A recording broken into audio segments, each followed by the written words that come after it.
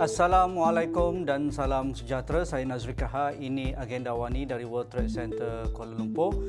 Berbaki beberapa hari saja menjelang hari bajet pada Jumaat ini yang akan dibentangkan oleh Menteri Kewangan. Pastinya semua pihak tertunggu-tunggu apakah intipati dan juga kandungan bajet 2023 yang akan dibawakan oleh pihak kerajaan, kerana banyak faktor mempengaruhi keprihatinan rakyat dan juga pemerhati ekonomi, pemerhati politik kepada bajet 2023, kerana kebetulan pembentangan bajet ini diawalkan lebih awal berbanding sebelum-sebelum ini, dan kebetulan juga tekanan yang amat tinggi diberikan oleh parti Perdana Menteri supaya Perdana Menteri mengambil langkah untuk segera membubarkan parlimen dalam masa yang terdekat. Itu juga menarik minat apakah bajet ini sempat dibentangkan ataupun sebaliknya. Yang ketiganya, situasi negara masih tidak menentu, terutamanya dalam hal kewangan dan juga ekonomi akibat situasi global dan juga pasaran domestik yang baru saja pulih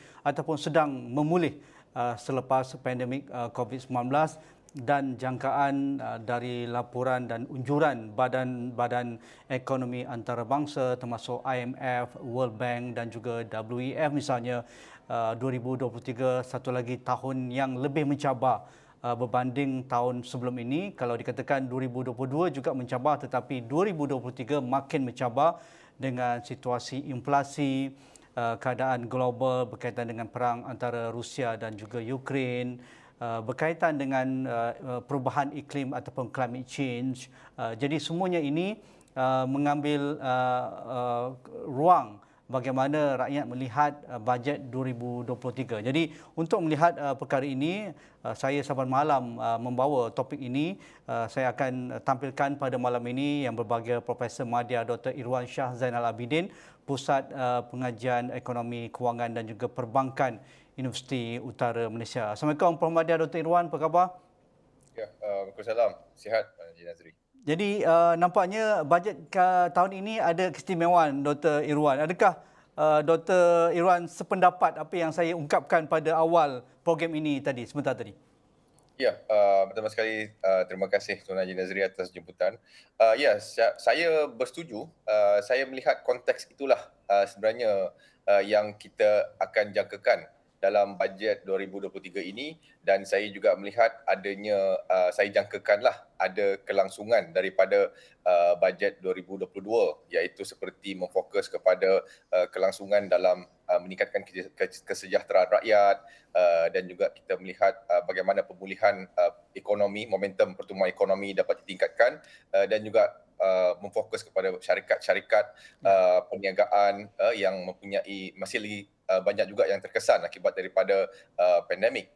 Namun begitu, bagi saya, pada pendapat saya pula, apa yang sepatutnya bagi saya difokuskan dalam bajet 2023 ini sebenarnya adalah penumpuan kepada apa yang telah dirancang di dalam rancangan Malaysia ke-12. Sebab kita perlu faham bahawa bajet 2023 ini dia agak menarik kerana dia sudah pun kita sudah berada pada tengah-tengah rancangan Malaysia ke-12 ini. Jadi ada lagi beberapa setahun dua lagi untuk kita habiskan rancangan Malaysia ke-12. Jadi kalau kita tidak menumpukan kepada rancangan Malaysia ke-12 ini, jadi mungkin kalau kita tidak dapat mencapai sasaran-sasaran di dalam rancangan Malaysia ke-12, ini akan memberi kesan daripada penumpuan kita dalam rancangan jangka panjang seperti wawasan kemakmuran bersama itu. Ini berbalik kepada apa yang Tuan Haji Nazri sebut tadi berkenaan dengan keadaan politik dan sebagainya. Sebab itulah saya katakan di sini, dalam konteks ini saya berpendapat kestabilan politik itu penting. Jadi kalau kita lihat sekarang ini, bagaimana rancangan Malaysia ke-12 itu dilancarkan pun agak lewat setahun, dan sekarang ini pun bayangkan kalau ada lagi keadaan yang berlaku, kita tidak tahu pun juga bila pilihan raya umum akan dilaksanakan, dan ini pun apabila ini berlaku dan sebagainya, akan menjejaskan juga dari segi kelangsungan pelaksanaan rancangan Malaysia ke-12 itu. Kenapa saya katakan ini penting? Kerana rancangan Malaysia ke-12 itu dia juga berkait dengan apabila kita katakan cabaran pada tahun hadapan. Memang betul kita menghadapi cabaran besar dalam tahun hadapan ini. Tapi saya tidak nampak cabaran ini hanya pada tahun 2023. Dia juga berlangsung 2024, 2025. Sebab itu rancangan Malaysia ke-12 itu kita tengok dari segi sasarannya, dari segi penumpuannya, sudah pun saya fikir jelas, dan saya nak melihat sebenarnya ada lagi penelitian di dalam rancangan Malaysia ke-12 itu. Kalau saya nak bagi contoh, kalau kita kata rancangan Malaysia ke-12 ini, kita memfokus kepada apa yang dipanggil sebagai 3 tema, 4 pemangkin dasar, 14 pemacu perubahan. Saya ambil contohnya yang pertama, pemangkin dasar itu bakat masa depan. Jadi bila kita kata bakat masa depan ini penting, dan bagaimana bajet 2023 ini dapat meneruskan. Contohnya kita ada dalam bajet 2022 tu jana kerja, jamin kerja 600,000. Apa status dia 600,000 ni, dan apakah bentuk pekerjaan yang dicipta? Adakah ia berpendapat high income punya jobs, ataupun yang bagaimana? Ini semua bagi saya perlu ada penelitian, dan di manakah arah hala tuju kalau kita kata negara neutral carbon, dari segi contoh dasar seperti carbon pricing. Kita katakan benda ni sudah pun berkali-kali, apakah penumpuan kita kepada mungkin dasar tenaga alternatif, dan juga kita katakan isu of course bila kita kata cabaran tahun hadapan itu penumpuan, yang saya fikir trend yang kita nampak ni apa yang dipanggil sebagai satu trend kita panggil deglobalisasi. Jadi bagaimana kita nak menumpukan elemen-elemen isu security makanan dalam sektor pertanian. PMKS kita, bagaimana, adakah mereka sudah bersedia dari segi rantaian bekalan makanan, pelancongan domestik kita. Jadi inilah Tuan Haji Nazri, saya fikir kepentingan rancangan bajet 2023 ini bagi saya dalam konteks rancangan Malaysia ke-12 itu. Okey, pastinya ini yang dimahukan oleh Dr. Irwan dan juga ramai di kalangan penganalisis ekonomi, kerana ini merupakan asas utama kita bergerak ke hadapan, kerana rancangan 5 tahun inilah yang akan menjadi pencetus ataupun mengembangkan kek ekonomi, sama ada kek ekonomi isi rumah, pembelanjaan kepada projek-projek pembangunan, dan juga merapatkan jurang ekonomi antara wilayah. Kerana inilah fungsi rancangan 5 tahun. Tetapi kita kena realistik, Dr. Irwan. Kerana tahun ini merupakan bajet terakhir sebelum berlakunya pilihan raya, tempohnya akan tamat pada tahun depan. Pastinya kerajaan yang memerintah akan menjadikan bajet sebagai satu gula-gula ataupun goodies, akan dilambakkan dalam bajet setiap kali akan berlaku pilihan raya. Jadi di mana perimbangan yang Dr. Irwan nak tak ataupun tidak, kita perlu realistik. Tetapi dalam masa yang sama, pihak Menteri Kewangan, pihak kerajaan yang memerintah perlu ada perimbangannya antara goodies dan juga meneruskan kelangsungan apa yang sudah dititipkan dalam rancangan Malaysia ke-12. Kalau kita kata goodies ini, kalau kita letakkan benda yang bagi saya yang kita boleh buat secara yang berkala dan berterusan, bagi saya ini pun sesuatu yang baik. Kita tidak mahu bentuk-bentuk goodies yang dalam bentuk yang kita kata seperti gula-gula tu, nanti dia akhirnya dia ada dia punya kesan yang jangka pendek saja. Jadi lepas tu kita ada, bukan saja kita katakan lepas tu kesan gula tu dah tak ada, tapi dia juga memberi kesan dalam jangka masa panjang pula, mungkin memberikan kesan kepada ekonomi, struktur kesihatan ekonomi itu. Jadi saya berpendapat kalaupun kita nak melihat kepada elemen ini, kita perlu memastikan bahawa apa yang kita rancang itu dia berbentuk yang berterusan lah. Maksud dia kalau kita kata memang betul secara realistiknya ini memanglah kita kata bajet pilihan raya, tapi segala bentuk mungkin dasar yang kita letak tu ia berterusan sehinggalah pasca PRU 15. Ini yang mungkin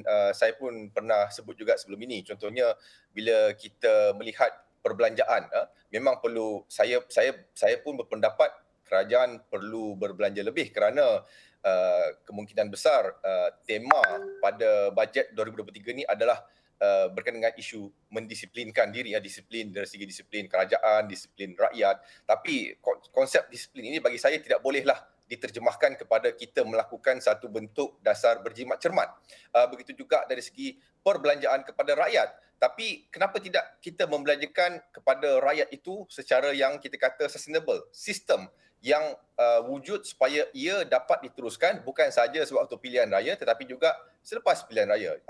Kalau saya nak ambil contoh, bila kita kata berkenaan dengan pemberian bayaran langsung, bila kita kata pemberian bayaran langsung ini, tunai langsung, ini bentuk subsidi lah. Jadi maksud dia bila kita kata subsidi bersasar tu, kalau kita nak cuba merasionalisasi subsidi, jadi kita patut mencari penumpuan bagaimana kita boleh memberikan bantuan langsung ini bukanlah secara one off tetapi kita lakukan secara berkala. Berkala di mana mereka yang memerlukan itu kita perlu bagilah. Contoh ni kalau saya ambil contoh, contohnya sistem apa dipanggil negative income tax, ini saya fikir dipelopori lama oleh dulu pemikir ekonomi seperti apa iaitu Milton Friedman pernah mempelopori pun ini. Jadi sama juga macam sistem cukai, kalau satu threshold itu capai dia perlu dikenakan cukai. Jadi kita juga boleh kenakan macam tu. Di bawah pendapatan satu tertentu, tahap pendapatan tertentu, bila sesiapa isi rumah berada di bawah tersebut, dia perlu diberikan bantuan itu secara yang kita kata berterusan. Dan ini bukan sahaja kepada golongan B40 dan juga golongan yang kita kata golongan rentan, tetapi juga golongan M40.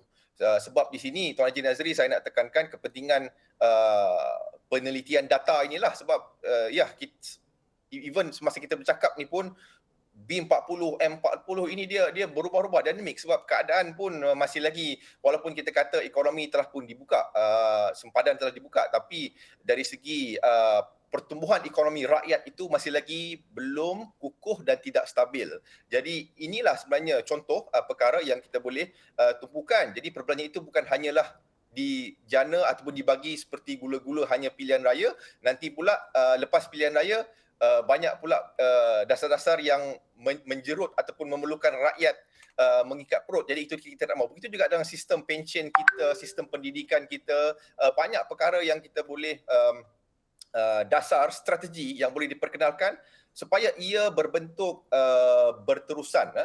Begitu juga dalam sistem jaringan sosial kita, sistem jaringan sosial kita, yang mana bagi saya sistem jaringan sosial ataupun keseluruhannya sistem perlindungan sosial itu perlu direformasikan supaya mungkin adanya pencen juga kepada golongan swasta dan juga penglibatan daripada semua pihak untuk kita nak memastikan bahawa kewangan rakyat itu dapat diperkasakanlah. Jadi ini bukan sahaja daripada kerajaan semata-mata, rakyat juga perlu memainkan peranan dari segi meningkatkan literasi kewangan mereka supaya bersedia untuk berhadapan dengan keadaan ekonomi yang lebih mencabar dari segi poket mereka. Dengan inflasinya yang meningkat, tidak ada tanda jangka terdekat inflasi akan stabil pada ketika ini. Ringgit juga dijangka akan menjunam lagi kerana Federal Reserve begitu hawkish nak meningkatkan lagi kadar bunga. Jadi dan juga kecelaruan dalam perang di Ukraine masih lagi berterusan. Di China zero COVID policy masih lagi diteruskan. Jadi kita tidak ada nampak tanda-tanda adanya berlaku keredaan di dalam keadaan ekonomi. Sebab Tuan Haji Nazri, kalau kita kata jangkaan, selalunya kalau ada berlaku recession ini, kita tidak jangka sebab ia selalunya tidak dijangka. Sebab kalau kita jangka itu akan berlaku, maksud dia kita boleh elakkan. Jadi kita janganlah buat dasar ABC, kita tukar jadi DEF. Tapi sekarang kita tahu the Federal Reserve, mereka dah memang betul-betul tidak mahu mengubah fikiran. Dan mereka katakan walaupun kenaikan kadar faedah ini akan menyebabkan berlakunya kemerasan ekonomi, mereka tetap juga akan teruskan. Apa yang berlaku di Ukraine di luar jangkaan kita, begitu juga yang berlaku di China. Jadi sebab itu dijangkakan keadaan ekonomi yang agak mencabar itu pada tahun hadapan dan juga tahun-tahun seterusnya.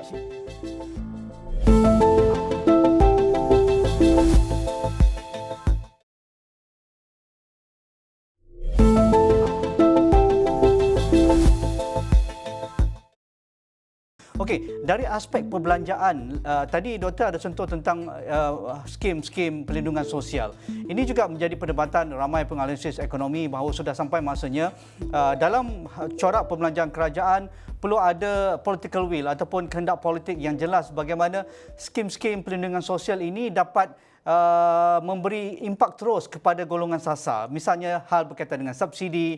Kalau kita lihat perbelanjaan kerajaan banyak tertumpu ataupun jumlah yang tinggi kepada membayar gaji kekitangan awam dan juga wang pencen kepada pesara-pesara kerajaan. Tetapi kita tahu juga mereka yang tidak berpencen begitu ramai. Mereka yang dalam sektor awam juga ada pilihan seperti rakan-rakan kita dalam pertahanan misalnya. Mereka yang bekerja ataupun dalam servis sekitar 15 tahun, 20 tahun, mereka ada pilihan. Mereka besar awam, mereka tidak ada pencen dan seumpamanya. Mereka mengharapkan tabungan peribadi ataupun tabungan dalam LTAT. Itu contoh. Begitu juga dalam perkhidmatan swasta, tidak ada skim khusus bagaimana annuiti selepas mereka habis bekerja ataupun tamat perkhidmatan dengan syarikat dan sebagainya. Jadi kita lihat ada kelompongan dalam skim-skim persaraan ini dan menyebabkan apabila kerajaan membuka ruang ketika pandemik untuk mengeluarkan caruman EPF, itu menambah beban bahawa begitu ramai jutaan pencarum-pencarum ini yang berbaki mungkin tidak sampai 10,000 ataupun 5,000 dalam caruman APF mereka. Jadi adakah dalam bajet kali ini Dr. Irwan melihat perlu ada kehendak politik untuk melihat skim-skim perlindungan sosial yang lebih holistik dan juga tersasar ini? Ya, saya nak ambil poin Tuan Haji Nazri tadi ada menyebut isu gaji pendapatan yang tidak meningkat. Ini sebenarnya satu poin yang penting, ya. Kerana kalau kita berbicara berkenaan dengan juga sistem keselamatan sosial, sistem jaringan sosial ini, insuransnya dan juga reformasi dalam pasaran buruh itu sendiri, perkara ataupun elemen penting yang perlu kita tekankan adalah kuasa beli rakyat. Dan di sinilah saya fikir, ya, kepentingan dalam isu pendapatan ini sebab agak sukar untuk kita, bagi saya lah tidak realistik untuk kita nak mengawal harga. Setiap kali ni kita nak kawal harga. Setiap kali, sebab kalau kita kata kawal harga tu implikasi maksud dia subsidi lah. Saya fikir kalau kita berterusan macam ini, dia mungkin dan juga penerusan menaikkan kadar OPR. Tak apa, itu mungkin daripada sudut dasar monetary. Tapi bagi saya, daripada dasar fiskal, kita juga mempunyai kaedah-kaedah lain meningkatkan, contohnya dari segi penawaran dalam contohnya dari sudut security makanan, dan dari segi pendapatan itu bagaimana kita nak meningkatkan dari segi produktiviti, produktiviti sektor makanan supaya pendapatan petani boleh ditingkatkan, dan mungkin juga kita kata isu keusahawanan. Tapi ini bukan benda baru, Tuan Haji Nazri, tapi saya fikir ini penting untuk kita tekankan. Pertanian moden ada diletakkan dalam rancangan Malaysia ke-12. Begitu juga penumpuan terhadap membasmi kemiskinan tegar. Jadi inilah penting untuk kerajaan mencari penyelesaian, meningkatkan dari segi pendapatan rakyat terutamanya dalam sektor pertanian itu. Berbalik kepada isu political will tadi, saat itu saya katakan bila kita kata political will dalam isu apa yang saya katakan tadi itu, yang saya cadangkan, memang ia memerlukan perbelanjaan, dan saya faham isu di sini akan ditekankan bahawa keadaan bagaimana kita punya hasil pun agak limited, hutang pun meningkat dan sebagainya. Dalam konteks ini saya berpendapat kalau kita lihat pun sebelum ini, kalau kita kata dari segi kekuatan fizikal kita dan sebagainya ni, saya fikir bukan perkara baru, tetapi bila keadaan yang memerlukan berlaku, contohnya pada ketika pandemik, kita boleh mengeluarkan 530 bilion ringgit 8 pakej rangsangan. Saya tahu kalau kita tengok dari segi fiskal langsung itu dalam sekitar 87 bilion, tapi masih lagi kadar yang tinggi.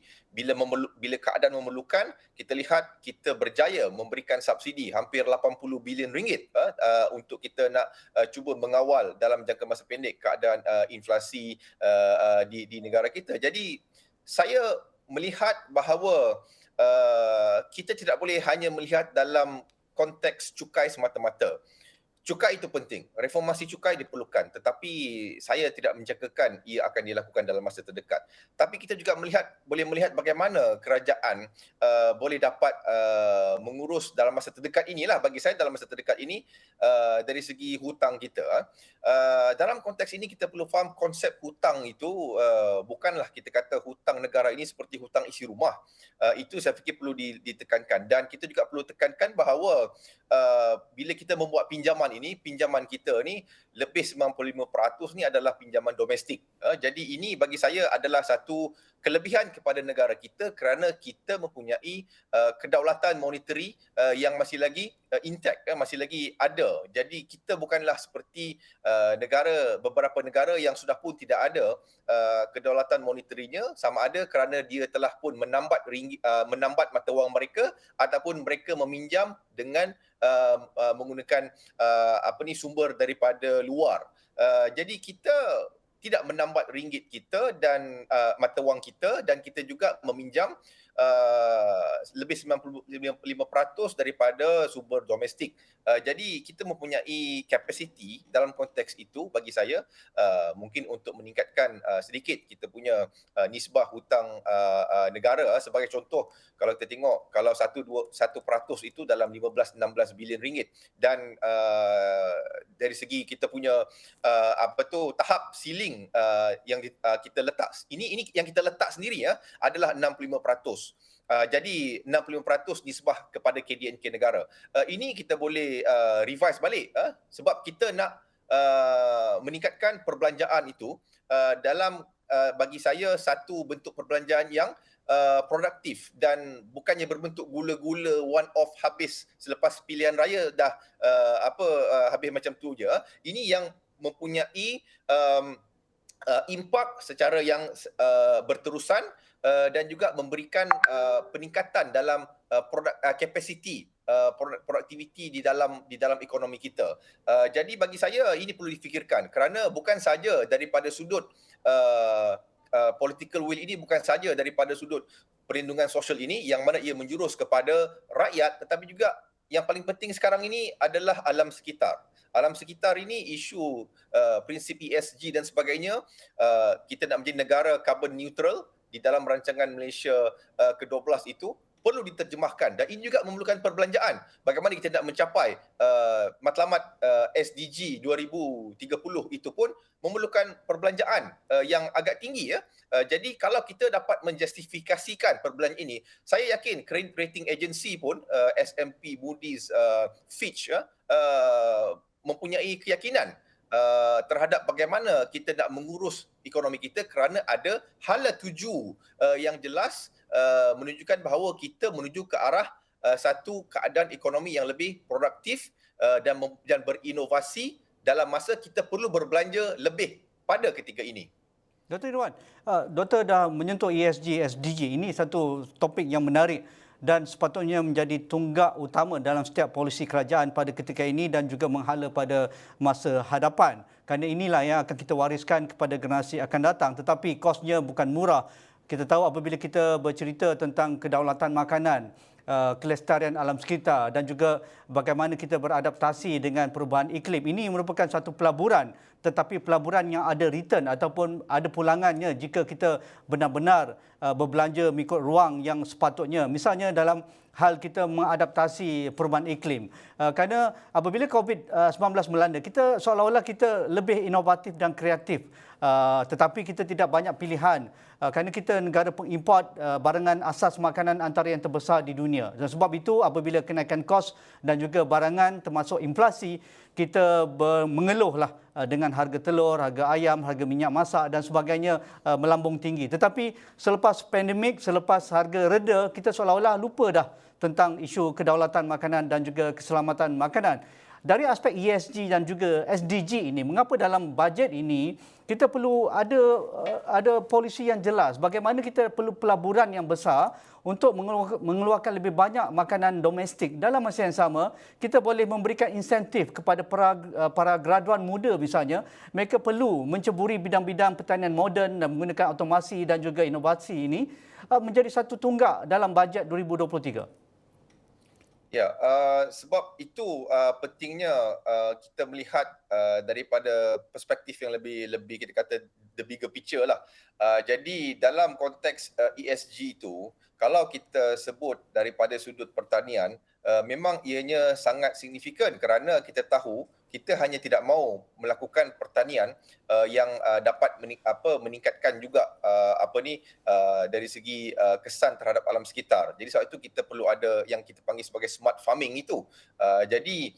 Sebab itu smart farming ini memerlukan penggunaan teknologi yang lebih canggih. Kita kata penggunaan drone, kita kata penggunaan IoT dan sebagainya, inilah artificial intelligence yang dijangkakan patut dapat meningkatkan produktiviti dan lebih inovasi dari segi pengeluaran dia yang dapat mengurangkan dari segi kesan alam sekitar dan akhirnya bila peningkatan dalam produktiviti itu akan dapat meningkatkan pendapatan. Dan ini yang sebenarnya penting dalam ketika kita kata kita nak menghadapi cabaran tahun 2023 dan juga trend di globalisasi yang saya sebutkan pada awal tadi. Jadi maksud dia isu sekuriti makanan ini bukan sahaja berkisar kepada kita nak mencapai contohnya tahap sara diri. Contohnya tahap sara diri bagi beras, daging dan sebagainya. Tapi juga kita nak memastikan industri ini, sektor ini dapat diangkat supaya dia dapat diperkukuhkan, supaya ia dapat meningkatkan pendapatan para petani, dapat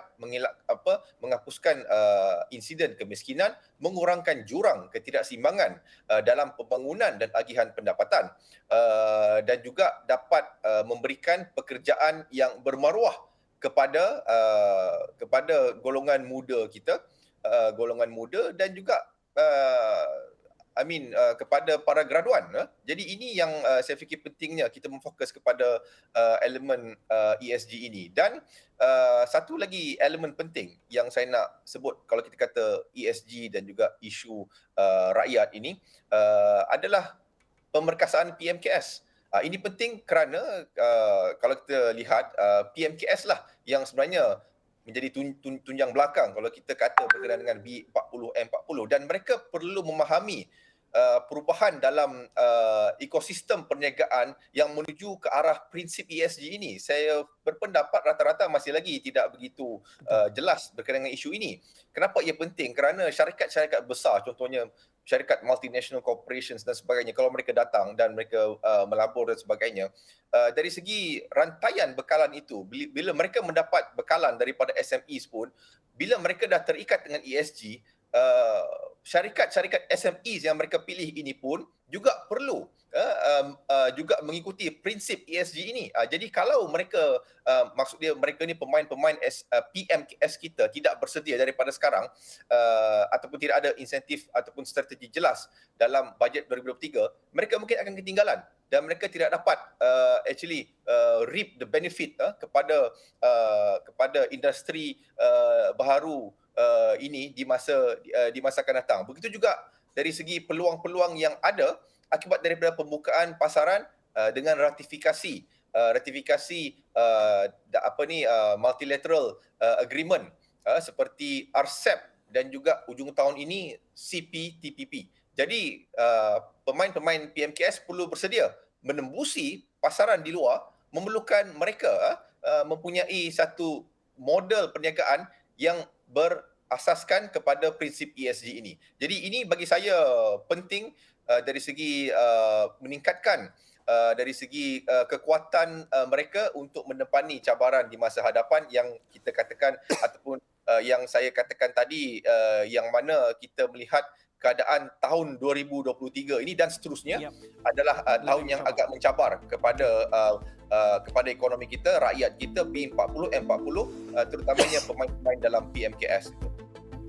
Profesor Madya Dr. Irwansyah Zainal Abidin, Pusat Pengajian Ekonomi, Kewangan dan Perbankan Universiti Utara Malaysia. Kita berbicara tentang ekspektasi bajet 2023. Itu sahaja bersama saya Nazri Kahar. Sekian, Assalamualaikum. Kita jumpa lagi.